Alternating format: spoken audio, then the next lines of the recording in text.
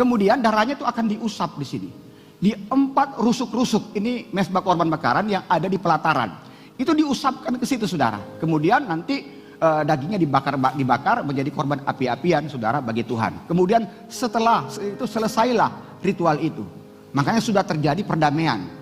Sudah terjadi pengampunan antara orang Israel yang salah itu dengan Tuhan Allah yang ada di ruang Maha Kudus. Maka ayat 35 berkata demikian.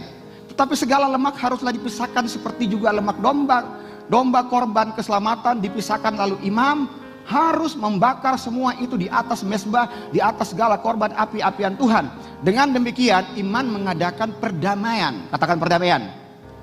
Katakan perdamaian. Kurang keras suaranya, perdamaian. Bukan lagu perdamaian, perdamaian, bukan saudara ya. Ini jelas perdamaian. Ya kan? Dengan demikian iman mengadakan perdamaian bagi orang itu karena dosa telah diperbuatnya sehingga ia menerima, katakan pengampunan. Katakan kurang keras, katakan pengampunan. Jadi untuk dia diampuni itu harus ada darah saudara. Karena itulah aturan di dalam hukum Taurat.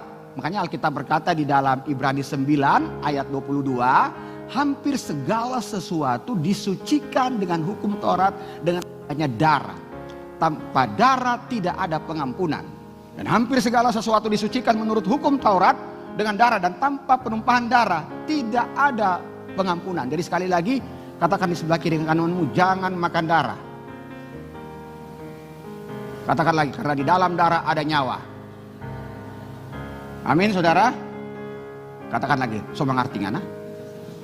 Dan hampir segala sesuatu disucikan menurut hukum Taurat dengan darah, dan tanpa penumpahan darah tidak ada pengampunan saudara ya. Nah saudara perhatikan, darah yang tertumpah, darah yang tercurah itu adalah darah binatang. Nah darah ini tidak bisa menghapus saudara secara permanen dosa mereka. Ya kan, karena ini darah binatang. Perhatikan, ini adalah darah binatang saudara ya.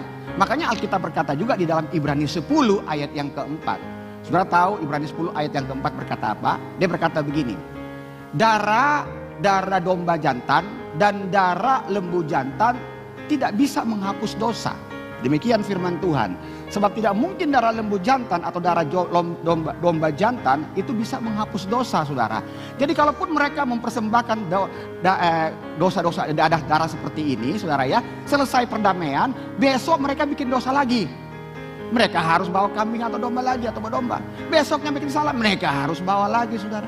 Anda bisa bayangkan Bapak Ibu saudara, kalau kita sekarang itu bikin salah terus, kalau mau bawa begini, orangnya nggak ada domba, cuma ada babi saudara. Ya saudara ya, bagaimana atau mau diselamatkan saudara ya. Jadi itulah yang terjadi situasi yang ada pada saat itu tuh seperti itu saudara. Kenapa? Karena itu adalah darah binatang. Darah binatang tidak punya kuasa saudara untuk menghapus dosa. Dia tidak punya kuasa. Karena dia sifatnya sebagai penutup dosa sementara. Ya kan, penutup dosa sementara. Besok mereka bisa berbuat dosa lagi, bawa lagi, ditutup lagi, ada perdamaian lagi, ada penumpahan darah lagi, begitu-begitu.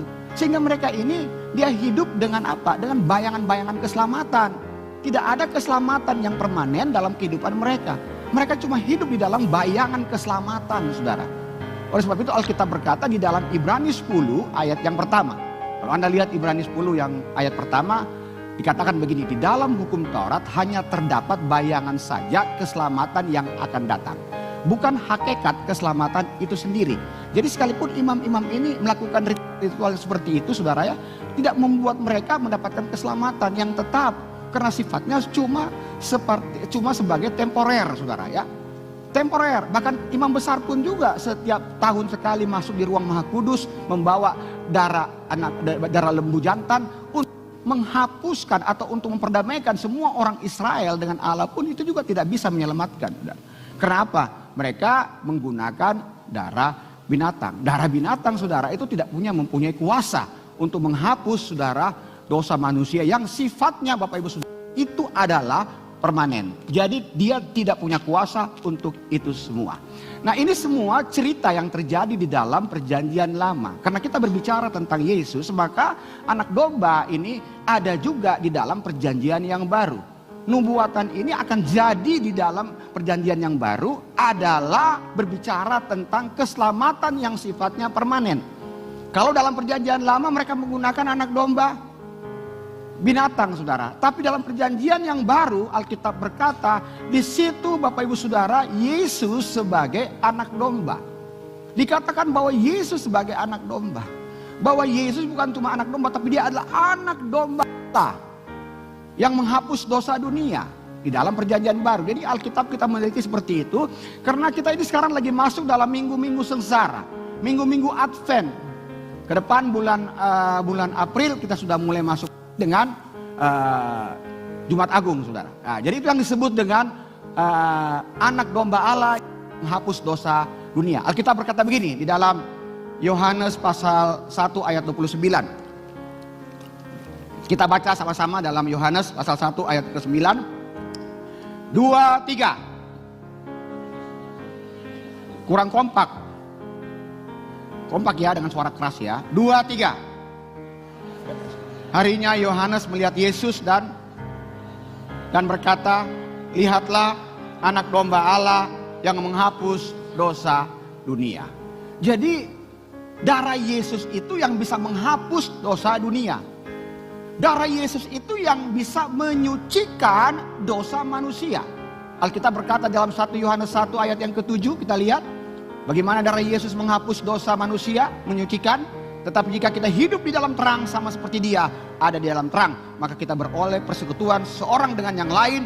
Dan darah Yesus, katakan darah Yesus, anaknya itu menyucikan kita daripada segala, katakan bersama saya, darah Yesus menyucikan kita dari segala dosa.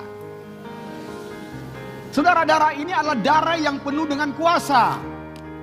Dia bukan darah binatang, tapi dia darah yang penuh dengan kuasa. Kenapa begitu? Karena saudara, Yesus bukan cuma sebagai manusia, tetapi Yesus juga adalah Allah. Bukankah Filipi 2 ayat 6 dan ayat yang ke-7 berkata, yang walaupun dalam rupa Allah ia tidak mempertahankan keseteraannya dengan Allah menjadi miliknya yang tentunya harus dia pertahankan. Tetapi dia lebih memilih menjadi hamba dan menjadi manusia, dan dia harus taat sampai mati di kayu salib. Jadi korban daripada Yesus sebagai manusia itu dia sebagai korban. Karena apa saudara dan saya? Dan yang menyucikan saudara karena apa? Yesus juga adalah Allah. Bapak Ibu Saudara, ini yang perlu harus kita tahu. Karena kita harus mengenang Yesus sebelum kita menyembah dia, supaya iman kita kepada dia lebih hari lebih luar biasa lagi saudara. Makanya kita perlu mengetahui saudara tentang pengajaran. Saudara, darah ini, darah Yesus ketika tertumpah di kayu salib, satu yang Yesus lakukan, sekali darahnya tertumpah, maka itu untuk seluruh dunia. Untuk seluruh dunia. Ketika dia mati, darahnya tertumpah itu untuk seluruh dunia. Bukan buat siapa-siapa, buat seluruh dunia. Jadi pengorbanan ini hanya satu kali dilakukan. Satu kali dan selama-lamanya. Itulah pengorbanan Yesus yang begitu luar biasa. Karena dilakukan saudara, satu kali untuk selama-lamanya. Jadi tidak ada korban lain lagi. Ini menandakan bahwa Yesus itu adalah luar biasa dalam kehidupan kita. Karena darahnya lah yang menyucikan dari sekarang sampai dengan selama-lamanya. Ini yang disebut dengan keselamatan yang sifatnya permanen. Bukan keselamatan yang sifatnya temporer. Dan Bapak Ibu Saudara harus mengerti tentang perjalanan daripada Kristus ini. Supaya kita lebih luar biasa, lebih hari luar biasa, lebih luar biasa kepada Yesus. Jadi inilah yang kita lihat sebagai nubuatan-nubuatan yang ada, yang terjadi dalam perjanjian yang lama. Kemudian saudara itu digenapkan di dalam perjanjian yang baru. Yang berbentuk keselamatan yang sifatnya permanen.